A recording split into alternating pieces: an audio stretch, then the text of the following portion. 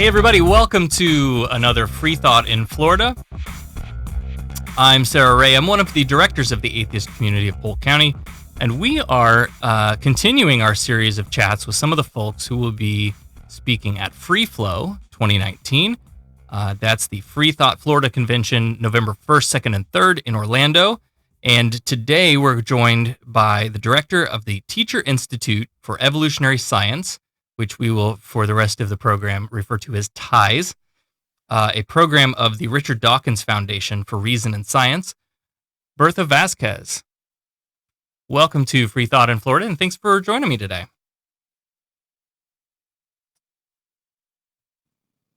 Welcome. All right, so I do want to learn more about what you do in your role at the Dawkins Foundation, but if I'm being honest, I'm way more interested in your work in the classroom. You are a science teacher in Miami.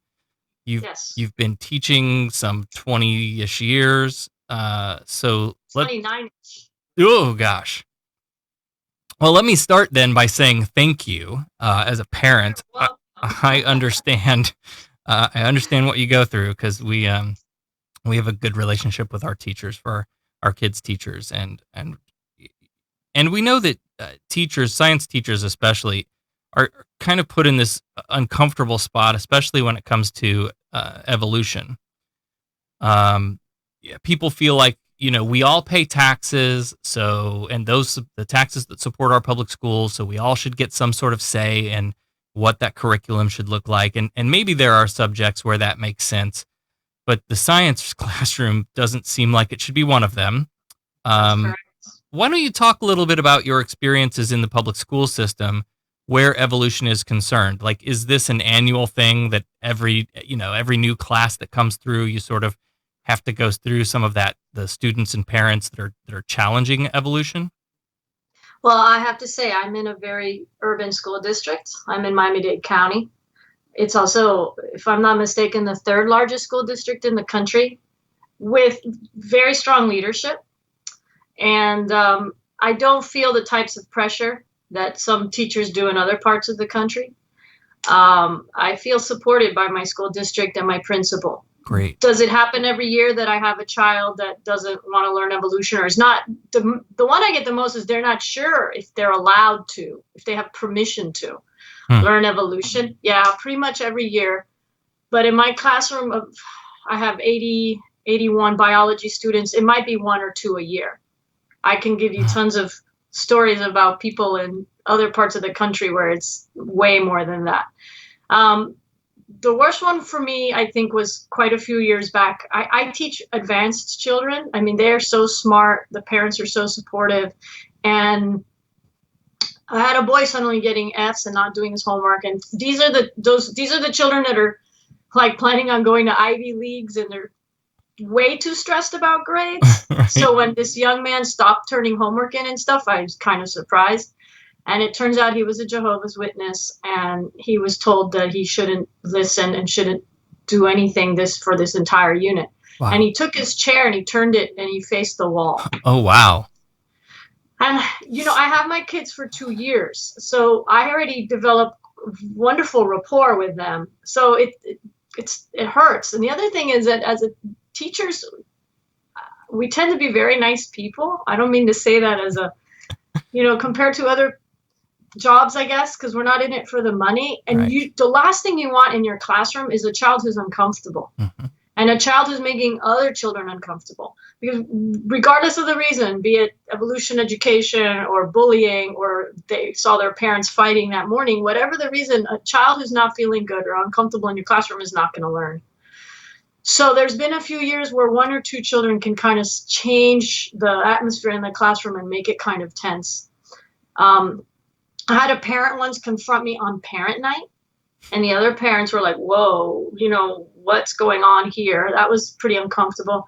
And maybe the worst story was a young lady that was just so smart. I mean, the year before, I remember, I teach them physical science, and so there's a lot of math, and I walked by her and she would just write the answer. I'm like, whoa, whoa, whoa, I need to see your work, you know. And she'd say, oh, I did it in my head. I go, what do you mean you did it in your head? You know, it's like the specific heat formula with all these numbers. Yeah. And she was doing it in her head. Wow. And so the following year, she went to church with her family, and the pastor went off on evolution. And sweet child goes up to him and says, no, no, you know, I've been learning about this, and you're wrong, and what you said about this is wrong, and dinosaurs is wrong, and Earth's timeline. And, you know, she explained with evidence, young, innocent child, thinking that that would make a difference. And the guy said, who taught you all this? And she said, well, my science teacher, and blah, blah, blah. He goes, well, your science teacher is a terrible person. She's a disgusting human being, were his exact words. This made her cry. Yeah. And she came to me crying. And just think about the trauma that he put in her heart, in her mind. Actually, she became an atheist at that moment. Yeah. So it worked against him. Now, I can tell you stories. For example, in Georgia, there's a Thais teacher who started a hiking club. And she's hiking in Georgia with her kids. And she picked up, I don't know if you live in Florida, those rocks that are actually shells. Mm-hmm. And they have them in Georgia, too. And she picked it up. She goes, look, isn't this cool? It's a shell. And we're hundreds of miles from the sea. And it just shows you that Georgia was underwater 150,000 years ago. Well, they canceled her hiking club for that. Wow. Yeah. That's insane. And I you know, it's frustrating enough that there is emotional damage there that's done in that moment. But then when you look forward and you talk about these kids have intentions on going to colleges and good colleges, they're going to be behind on this particular issue. No question. When they get there.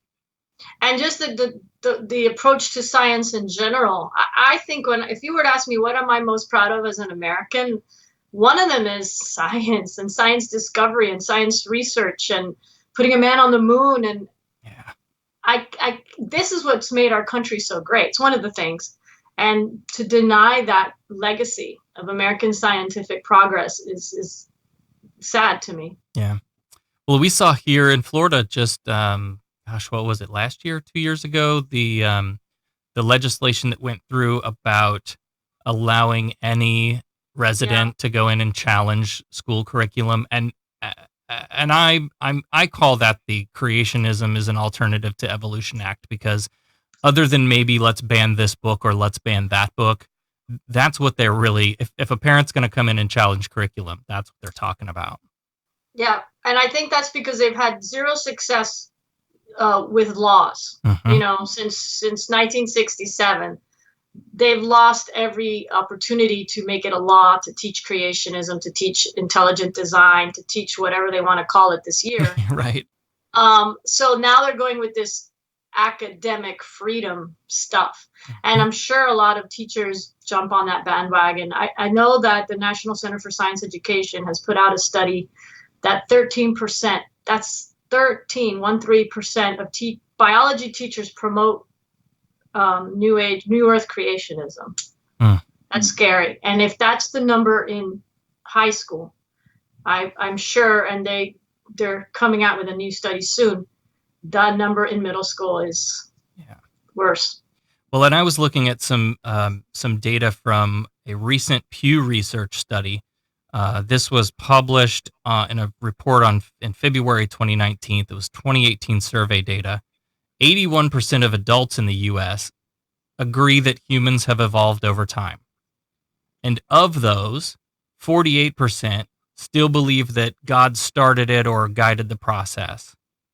And then only 18%, which are largely white evangelical Protestants, said that humans have always existed in our present form.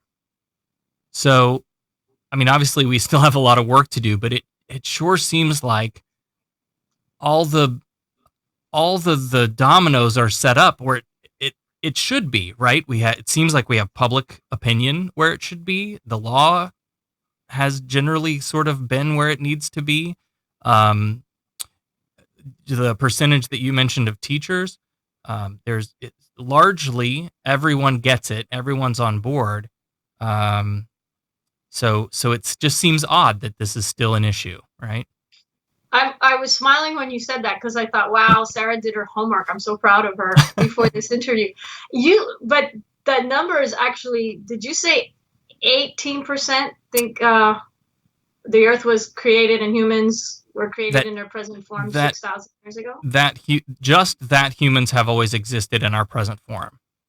Well, that's actually encouraging then, because this is the first year, I believe last year was the first year that creationism wasn't the majority opinion. I think they went down to 47%. And yes, among those that accept that humans evolved over time, a lot of those think humans evolved over time, but God had a hand in that. Right. But I know it seems terrible, but those numbers are actually encouraging. They're going in the right direction. They're inching in the right direction. And it seems to me like we need, in some way, there's a question of, I don't know, intellectual honesty or just where our priorities need to be. Because on one hand, as science-minded people, it's easy to just say evolution is settled.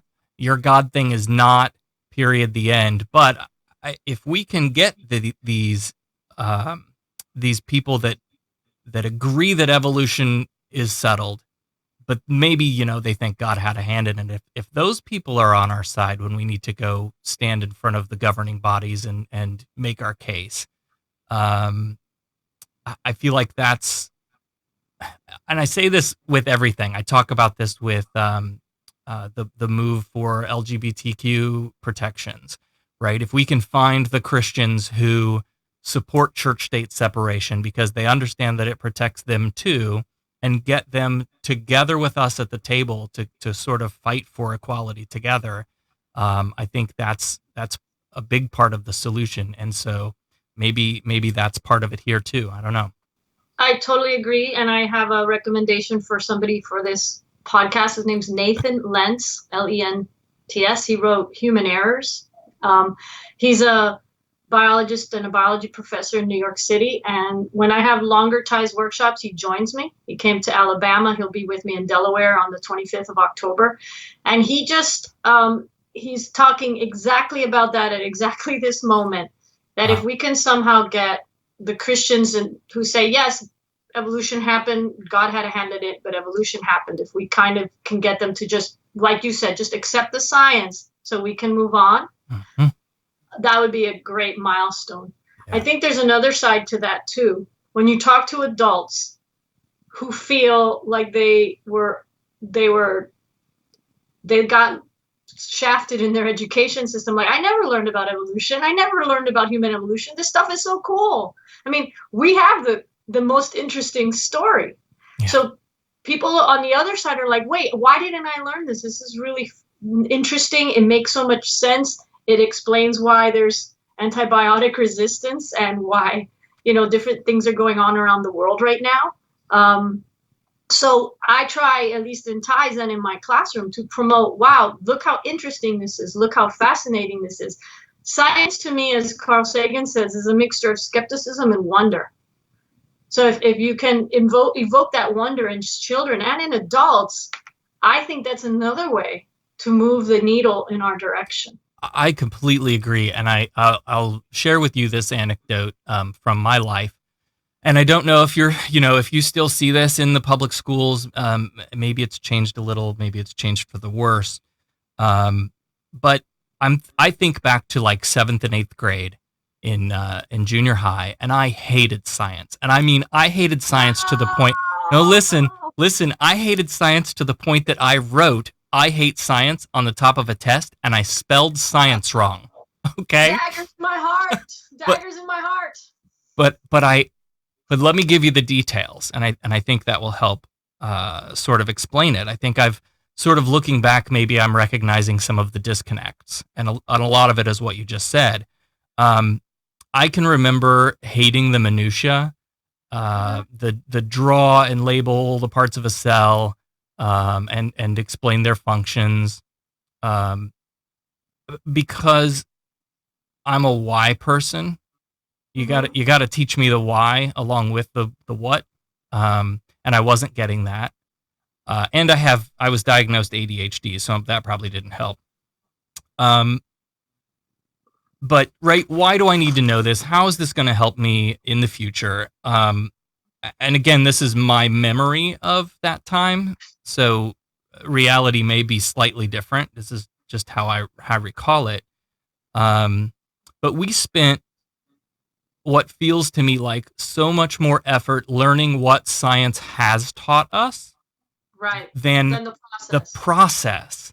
And now, all these years later, the process is what's got me energized and got me engaged. I love the idea that there's shit we don't know, and there are methods to go out and research things and find out new things, and that's how this works. That excites me so much now as an adult, and I wish I had gotten that back then. To know that is how science is supposed to be taught these days.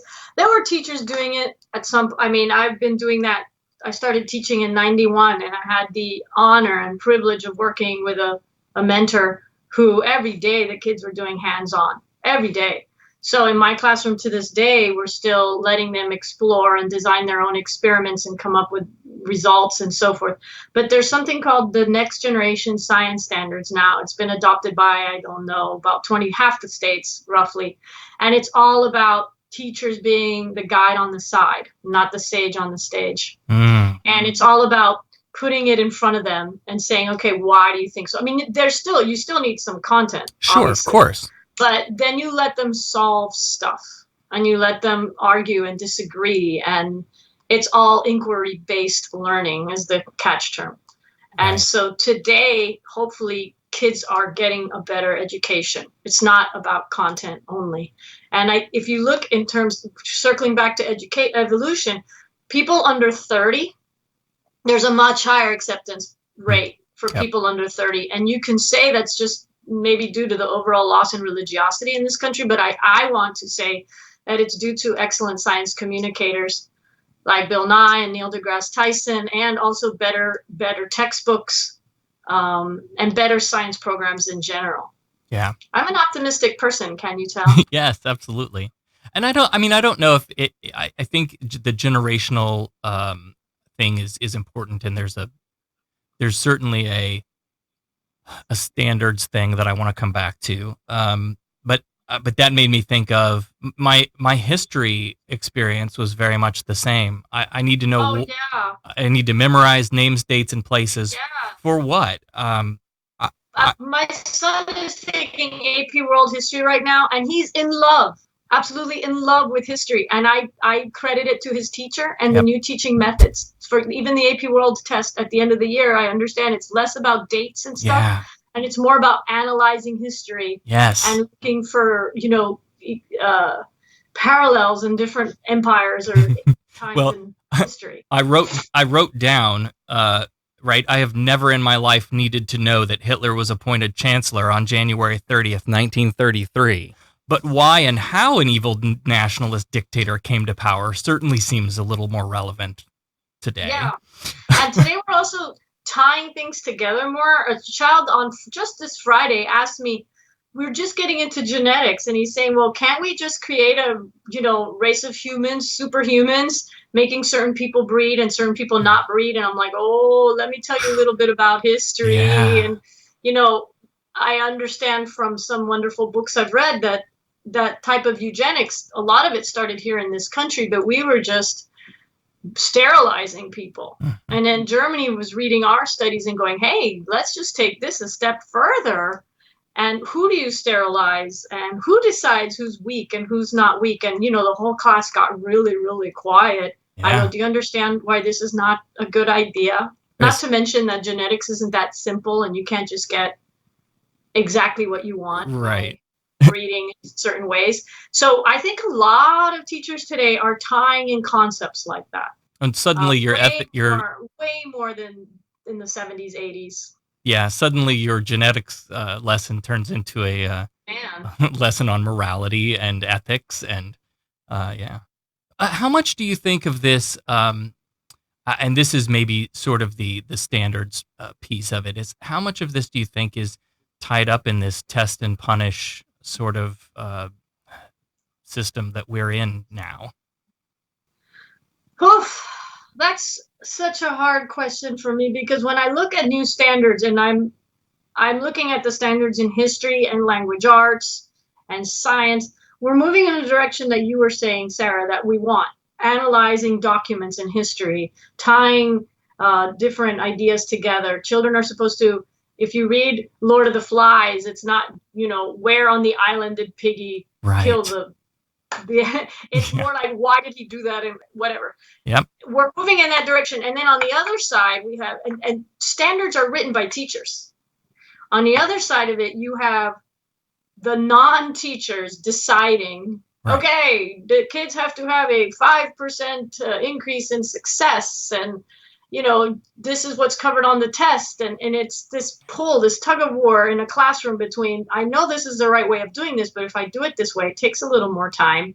I'm not covering as much content, and then the kids are not going to do well on this test that in some cases my salary is tied to, and the kids' future is tied to. It's agonizing.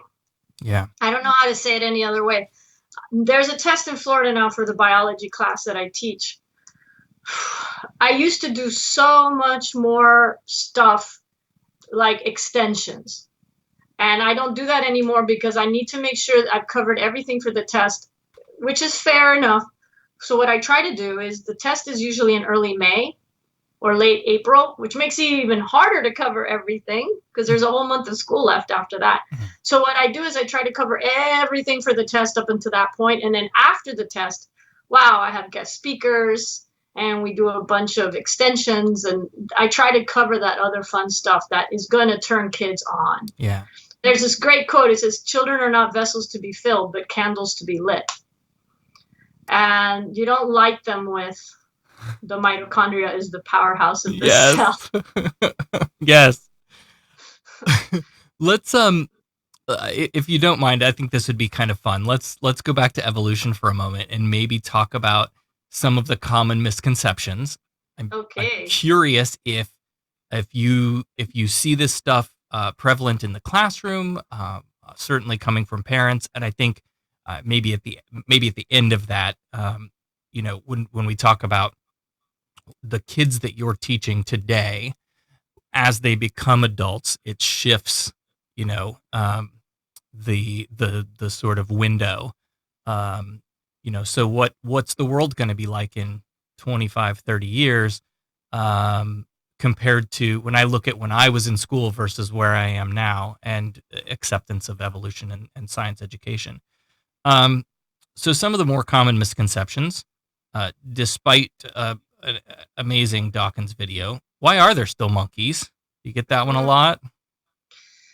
I get that one. The kids don't know enough about evolution to ask that in the first place. The kids who ask that are getting that at these evangelical churches, and they're bringing it into the classroom and asking the teachers. The easiest way to dispel that is I say, what's your cousin's name? Danny. Okay, did you come from your cousin Danny? No, we're both here now. Exactly. Yep. Do you share a grandfather? Yeah. What's your grandfather's name? Danielle. Okay. Well, you and Danny both came from Danielle. You are not Danielle. You are not Danny, but you came from... Boo. Oh, their eyes just go, oh, I get it. Right. Some of these are so ridiculously easy to dispel. Yeah. Richard has this book about evolution, The Greatest Show on Earth. Mm-hmm. And he says it so beautifully at the beginning. He says it's like if you were a professor of Roman history, and every year you had to prove the existence of the Roman Empire. Every year you had to drag out all the texts that we have, and all the archaeological sites that we have, and all the statues. Every year you have to drag out the same stuff. They just keep bringing back the same arguments.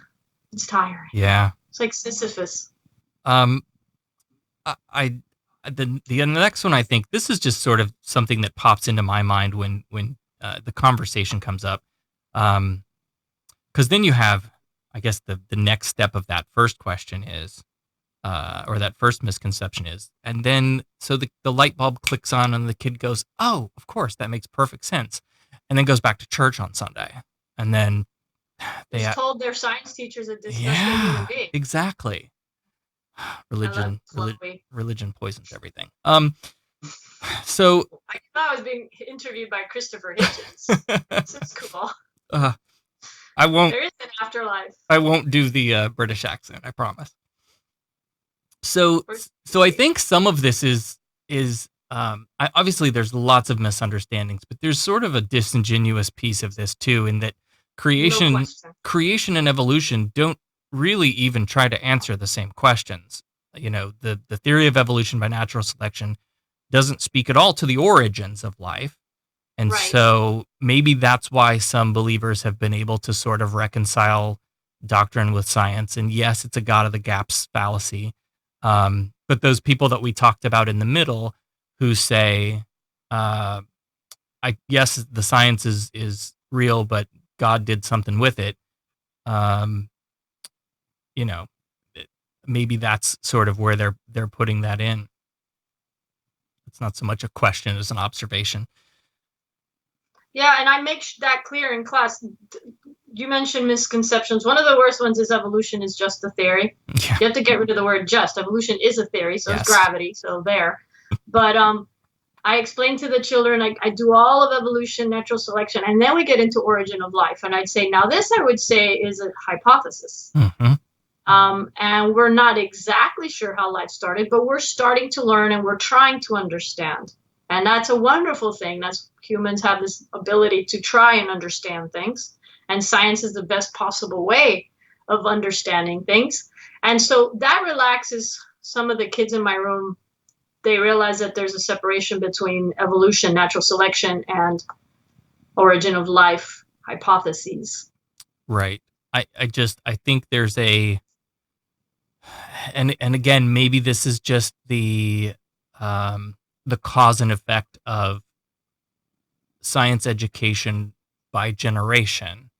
But there seems to be a very big misunderstanding of what the word theory in science means, because it does mean something entirely differently than we might use it colloquially. When we mean, when we say theory as you know, oh, I have a theory that such and such. Yeah, the Dolphins are going to win the Super Bowl. Yeah. That's a really bad theory, by the way. But I tell the kids, I teach them the word organic, because the first thing I do is organic chemistry, and basically anything with carbon in it is organic. So I said, you could be a real smart aleck next time you go to the grocery store with your parents and they say, go get me some organic milk or organic granola bars. Bring any old milk, and they'll say, but I said I wanted the organic. I go, Mom, this is organic. It has carbon in it. And do you understand that this word can mean two things? There's no way we're getting rid of I think the Dolphins are going to win the Super Bowl. Right. That concept of theory, that we're not getting rid of that. I hear scientists use it that way all the time. So what we need to promote is the idea that there's a theory and then there's scientific theory. Mm-hmm. So that people learn the difference. My son was giving me theories in history and I went, wait, He goes, no, Mom, I don't mean scientific theory. I mean the common usage of the word theory. Yeah. I go, my God, if my own kid is doing it, Do you know how we tell teachers to begin the evolution chapter when we do our ties workshops? I suggest they teach genetics first. Not every teacher has that freedom to teach the curriculum in the order that they want, but I have them teach genetics first, and then I have them do some rendering of the following example. I have my dog here at my feet, and she had fleas, and I went to PetSmart or one of these stores, and I bought $70 worth of that stuff that you put behind their neck. Yep. To kill the fleas, and it didn't kill the fleas. True story. I still have the box and the receipt. And then I went to the vet, and she said, oh, yeah, that stuff doesn't work anymore. I sit down, I say, okay, could you please tell me why I just wasted $70 on my dog's flea medication? Every kid in the room gets it. Well, we had a population of fleas, and some fleas there was a mutation that made a flea resistant to the flea medicine. Over time, the fleas who were sensitive died, and the fleas who were resistant had babies, And over time, the entire population or the majority of the population is resistant to your flea medication. I said, okay, well, that's evolution. I hope you enjoyed it. Let's move on to ecology now. And I just have this, poker face. And they're like, really? That's it? Really? Oh. And they're just trying to figure out if I'm serious. That's great. I say, no, let's go into some more concepts. And I know that even creationists accept change over time in a species. They call it microevolution, and they don't accept macroevolution. So then, of course, I have to give them real life examples. I never heard those two terms. Have you? I was getting ready to say that seems to be language that faith communities trot out, but in science, evolution is just evolution. Right. I'd never heard those terms until a child brought it up. I'm like, I'm standing here as a biology teacher and I don't know the difference between and I looked it up, and you cannot deny that fleas change over time. You have a $70 box of useless medicine in your hands. But what they're trying to deny is that one species becomes another, and how can that happen, and blah, blah, blah. Right. And so then I go into real life examples right now where we're seeing a species that can no longer breed back to the parent population. Right. And so you can show them examples of that just as easily as you could show them examples of the fleas being the same species and not dying anymore. And so, but anyway, what happens is if you're living in somewhere like Georgia where my friend is, that kid goes home that night and the parents say, what did you learn, honey? Did you start that evolution chapter? And the kid will say, well, I learned why we had to change the carpets in the house. Remember when we couldn't kill the fleas? And, oh, well, that's not so bad. That's kind of true. And at least they're going in with an open mind. Mm-hmm. The other thing we do is, just like we have a whole page of myths, misconceptions. And we make the teachers in our workshops put it under two columns. Each little paper, is this a fact or is this fiction? Is this a fact or is this fiction? And you should see even with teachers, they get half of them wrong. And you say, okay, all of these are myths, every one of them. So obviously we don't know everything about evolution. Let's enter this unit with an open mind because we have stuff to learn. Because look at this little example of how you misunderstood some of these statements. That's another way we get the door open, have the kids come in with an open mind, like, wow, okay, there's things I don't know. Let me pay attention. I do enjoy too that there are some examples out in the entertainment world that may be a little more accessible to people in comedy and that sort of thing. One of my favorite quotes is Tim Minchin. When he's the best. I love him so much. His music is he's just a riot. He's an amazing pianist and just so funny. Amazing lyricist. Yes. Yeah. And he says, but evolution is only a theory, which is true. I mean, it's only a theory. It's good that they say that. I think it gives you hope, doesn't it? That maybe they feel the same way about the theory of gravity and might just float the fuck away. So I enjoy that there are at least some people out there in that aren't in academia that are sort of dropping a little bit of the message out there and being skeptical and challenging some assertions that people have about things in ways that may not be as confrontational as we all go down to the school board meeting and yell at each other for an hour. Yeah.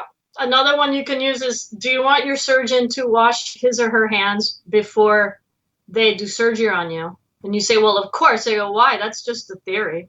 Yeah. Yes. The germ theory of disease. Yes. That's a good one. And when people say, well, if man came from monkeys, why are there still monkeys? You can say, well, if dogs came from wolves, why are there still wolves? Exactly. Yep. And if you want to be, I can't use this one in the classroom, but if Adam came from dirt, why is there still dirt? There you go. But I don't use that one because it's, no. As a teacher, you never put children in an uncomfortable situation. But the wolves and dogs one, that's not offensive at all. Very valid. Yeah. Okay. So let's sort of wrap up here. Tell us a bit about you kind of touched on some of the seminars and things that you do, but tell us a little more about Ties and the work that you do there as director. Okay, so I'm going to try to summarize this. I know I'm a talker. That's okay. I'm a lifelong Richard Dawkins fan. Yeah. I went to Catholic school, and I had a great experience, wonderful people, but I knew that it just didn't make sense to me. And then I read The Selfish Gene when I was about 18, and wow, that was like the scaffolding upon which I could build this building of thought that I had going on in my brain. And I read all of his books, and then I was lucky enough to meet him. He comes to Miami quite often. I met him once at like a VIP event, and then we talked about evolution education and stuff like that. I met him at the University of Miami. They hosted him as a visiting professor. I thought, I can do something about this. Teachers have to lead professional developments for their fellow teachers. So I decided to lead a book study on your inner fish, which is a wonderful book by Neil Shubin. It's also a 3-hour series I highly recommend. And it worked very well. And I saw Richard again, and I said, Dr. Dawkins, I put my money where my mouth was, and I ran evolution workshops for my fellow teachers. And he said, wow, that's great. He calls me the next day. I was teaching 6th graders weather, occluded front versus stationary front. He goes, I really like what you're doing. Can I come and help and speak to these teachers? I was like, okay. And so again, I'm in Miami-Dade County, so they opened it up to all the science teachers in the district. And it was supposed to be about evolution and science, not atheism at all. Sure. We had a wonderful turnout. It was great. And then he said, will you do this for me nationally? I go, you mean like run workshops for middle school science teachers on evolution? He's like, yes. I'm like, oh my God, I'm just a classroom teacher. Okay, I guess so. And that was, our first workshop was April 3rd, 2015. And this week, so this podcast is perfect timing, Sarah. This week, I scored my 50th state. Oh, wow. We now schedule workshops in all 50 states. We have 160 workshops at this point, nationwide, and 70 different presenters, because I'm still in the classroom. Right. So it's what I do is I train other teachers, usually they're high school biology teachers, and our focus is on middle school, which most people, the focus to help teachers is high school. Mm-hmm. So I focus on middle school science teachers, and I have a set curriculum the teachers can download, full of active learning ideas. Like you say, let the child explore on their own. Mm-hmm. It's not just here's a lecture and content. And so it's a formula that's really, really working. And it's teachers helping teachers. It's totally grassroots. And there's obviously a need for this, because we went from one workshop in Miami to 160 workshops in all 50 U.S. states. Wow. And if anybody in Washington, D.C. is listening, I'd love to get one there. And what do we provide? We provide the content. We provide all the resources. We make it really easy. Like, stop here and let the children do this hands-on activity. Stop here and show this video. Ask the following questions. Stop here, try this little investigation. So that the teachers know that if they download this, it's like evolution curriculum in a box. It's all there, and they could just teach it.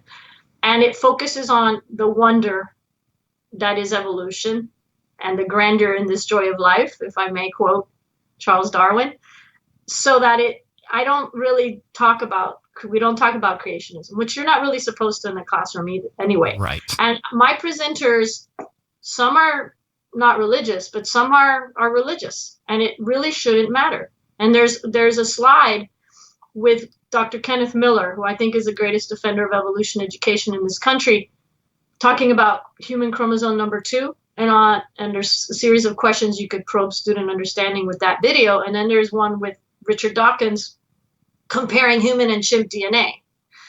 And I stress at the workshops, look, these two guys, one's a believer and one's a non-believer. But if you were lucky enough to have one of these two guys teach evolution in your classroom, it should be the same exact content. Yeah. And that's what I stress. If we're going to make evolution more accepted in this country, we just have to focus on the wonder that is evolution. And maybe I'm wrong, but the creationists, I think that number is going to continue to drop. I really do. I agree. And we sort of talk about this again when I talk about queer rights and all of the other, things that are going on in this moment. The optimist in me feels that there's this sort of last gasp of a dying breed. We're seeing more and more churches that are LGBTQ inclusive now. If we're just talking about Christianity, because that's sort of our big thorn here in the States, they have evolved in doctrine a lot over the years. And so I think we're just going to continue to see that. And those who do not come along are going to be seen as a sort of fringe, almost in the way we see some of the more culty religions today. I think that's where we're headed into the future. Yeah, I mean, religions need members too. Somebody has to put the money into the hat. Yeah. So if they don't become accepting, they'll just go by the way of the dinosaurs. Yep. And there's a lot of good people in those places. Let's recruit them on our team. Yes, absolutely. Yeah, you don't want to just throw them out. That's something as a community organizer that we have seen in these divisive times where we talked about this with Seth Andrews. You don't agree with me on this one thing? Well, screw you. We're going to throw you out of the village, and you're useless now. And that sort of tribalism stuff. We've got to get back to the unity and the Enlightenment ideals, and sort of back into progress and move forward here. I agree. And I think it's happening. If you ask people, did elephants evolve over time? Over 75, I believe it's 75% of Americans said yes.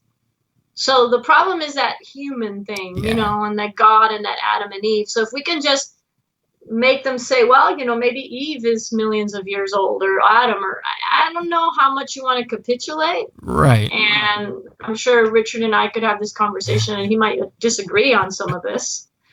But he is letting me run this my way, and because he respects that I understand the pull, I'm out taking the pulse of the education community, and I really thank him and respect him for that. That's awesome. Well, let's end on free flow. So Yay. Your presentation, unless it's changed since I pulled this, is Richard Dawkins and a science teacher walk into a classroom. Now that sounds like just the perfect setup for something like Richard Dawkins and a science teacher walk into a classroom, and a student from an evangelical family says, "Why are there still monkeys?" Yeah. But seriously, though, what can we expect from your talk?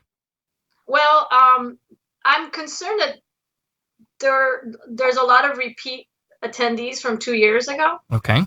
So I am going to change the talk around. I'm a teacher, so you might expect a quiz. Oh.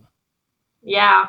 Okay. And then I'll give you a little history of evolution education in this country. And I want to make people feel energized that one or two people can make a difference. And what I'm finding in the evolution community is that I keep finding allies that are also doing wonderful things.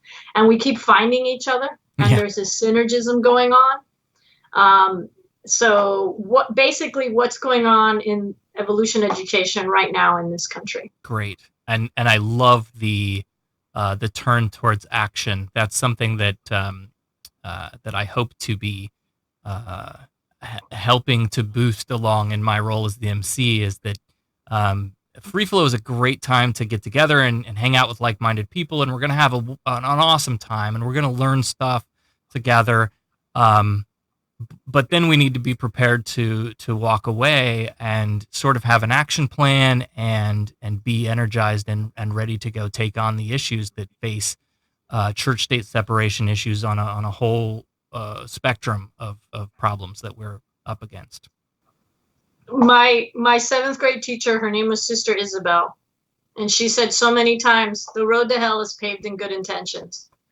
I don't know why that's so stuck with me. And it drives me crazy when I sit down and we talk about all the wonderful things that can be done and everybody walks away from the meeting energized. I usually walk away more nervous than ever because I'm like, wow, now I have to do all of that. Like, I will not say I'm going to do something unless I'm going to do it. Yep. You know? Mm-hmm. And may she rest in peace, Sister Isabel. Well, and I'll tell you something that I think that the secular community has started to really figure out that that I think will help in the action piece, in the follow-up, in the follow-through, is we're organizing finally.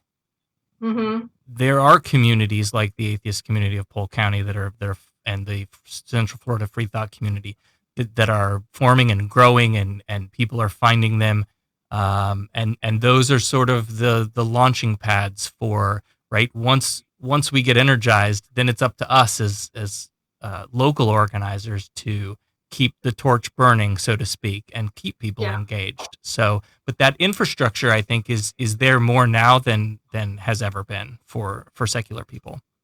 And as from an evolutionary standpoint, humans need community. Yes. And I think one of the things that churches have on us is that they have this, in some cases, wonderful communities.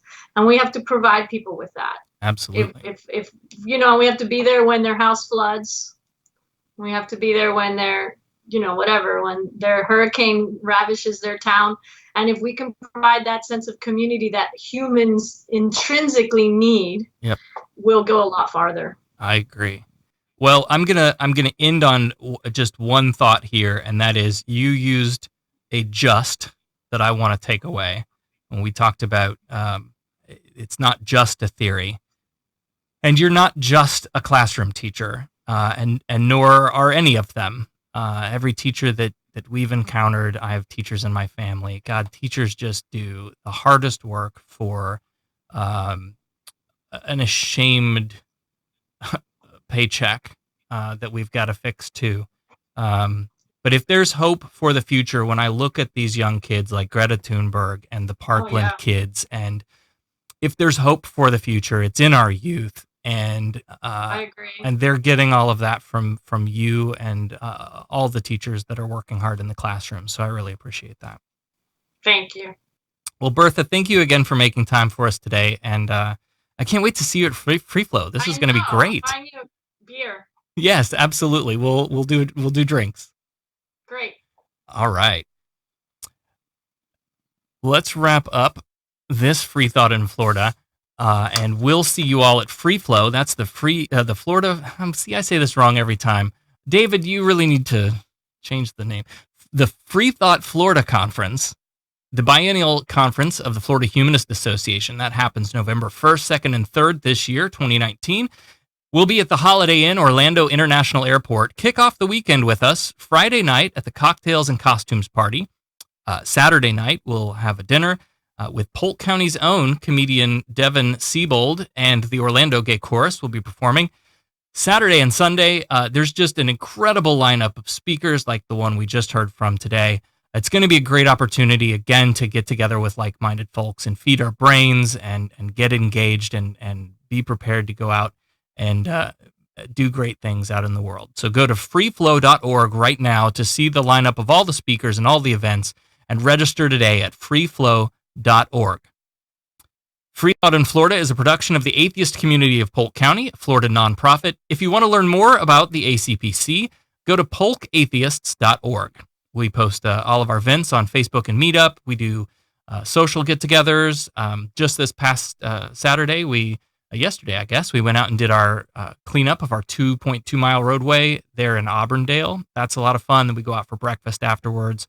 And we have a monthly speaker that comes in to the library at the Lake Wales Public Library. We have a monthly meeting and again, feed our brains and continuously challenge ourselves to learn and grow. So you don't have to be a member of the ACPC or even an atheist to come out and hang out with us and challenge yourself and learn new things. We'll see you on the next one.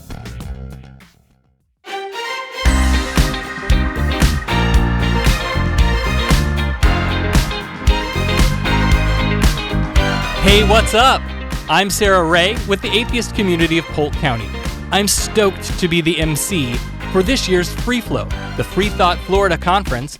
Orlando, November 1st, 2nd, and 3rd. The whole weekend is going to be groovy. I'll be rapping about separation of church and state. I'll be talking about what might have made America great. And I will be tripping.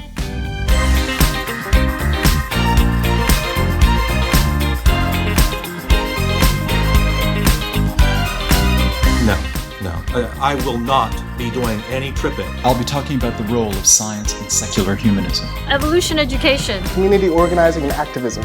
Transgender equality in America today. Americans' attitudes toward, wait for it, agnostics.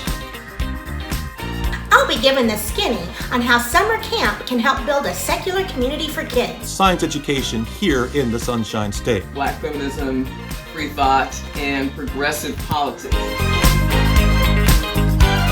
You can get your groove on at the Friday night cocktail party. Friday night cocktails and costumes party, which kicks off the weekend. We're going to lay down that funky music until we die. Costumes are optional, but at least some disco will be mandatory. I personally won't be there unless there's disco. Join me and hundreds of other science enthusiasts, atheists, secular humanists, heretics, Feminists, skeptics, non-believers, Satanists, and freaky freethinkers. Tickets are at freeflow.org. That's freeflo.org. So do me a solid and register today at freeflow.org. catch you on the flip side. They should let me write these.